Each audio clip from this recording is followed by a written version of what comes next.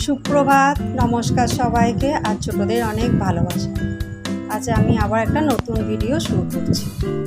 তোমরা দেখতে পাচ্ছ এখানে কেবিলের তারটা খুব খারাপ অবস্থা, কাঠবালিতে কেটে দিয়েছে।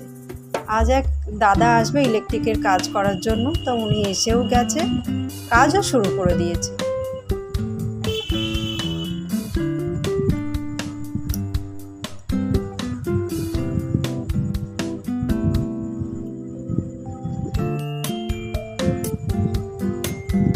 এবার কাজ করার জন্য দেখো আমি কিছু জিনিস লাগবে সেগুলো নিয়ে এলাম।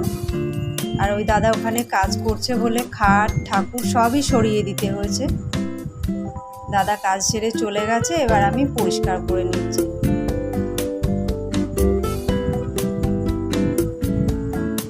যে নিচে এখানটা দেখতে পাচ্ছ আলপনা দেয়া, এখানটা ঠাকুর থাকে। এই আলপনাটা দিয়েছে আমার মেয়ে, আমি পারি না।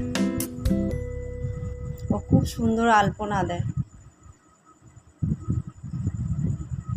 এবার এই ওপরের তাকগুলোও পরিষ্কার করে নিচ্ছি, যেহেতু ওই ছোট স্পিকার বা টেবিলের তারের ওইগুলো ওয়াল ক্লিপ দিয়ে ঠিক করেছে, তো ওখানেও সিমেন্ট বালি খসে খসে পড়েছে, তাই ওগুলো মুছে টুছে পরিষ্কার করে নিচ্ছি।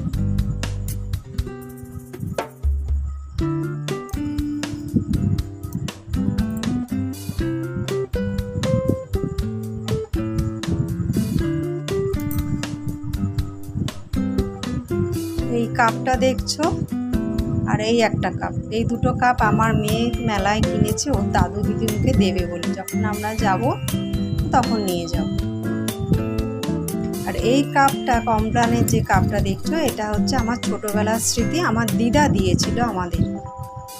সেটা এখনো যত্ন করে আমি রেখে দিয়েছি, কারণ দিদা আমাদের মধ্যে নেই। আর এই টিভির কাছে যে তারগুলো দেখছো, এগুলো ঠিক করার জন্যই আমি ওনাকে বলেছিলাম, কিন্তু উনি বললো এই তারগুলো কিছু করা যাবে না, এগুলো এরকমই থাকবে।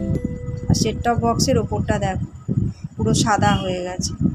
এগুলো সব পরিষ্কার করা হয়ে গেছে। স্নান টান সেরে ছাদ থেকে জামা কাপড়ও তুলে নিয়ে চলে এসেছি, পুজো দেওয়া হয়ে গেছে।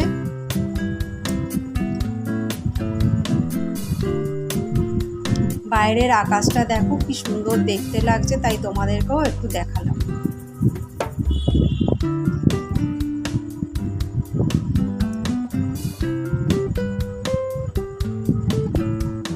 চলো এবার খেতে যাই, খুব খিদে পেয়েছে। বেশি কিছু রান্না করিনি, ডাল ভাত, আলু ভাতে, বেগুন ভাজা, মাছ ভাজা, মাছের তেল। আমার ভিডিওটা যদি তোমাদের ভালো লেগে থাকে লাইক কমেন্ট শেয়ার করে দিও। এখানেই শেষ করছি। তোমরা সব সুস্থ থেকো, ভালো থেকো।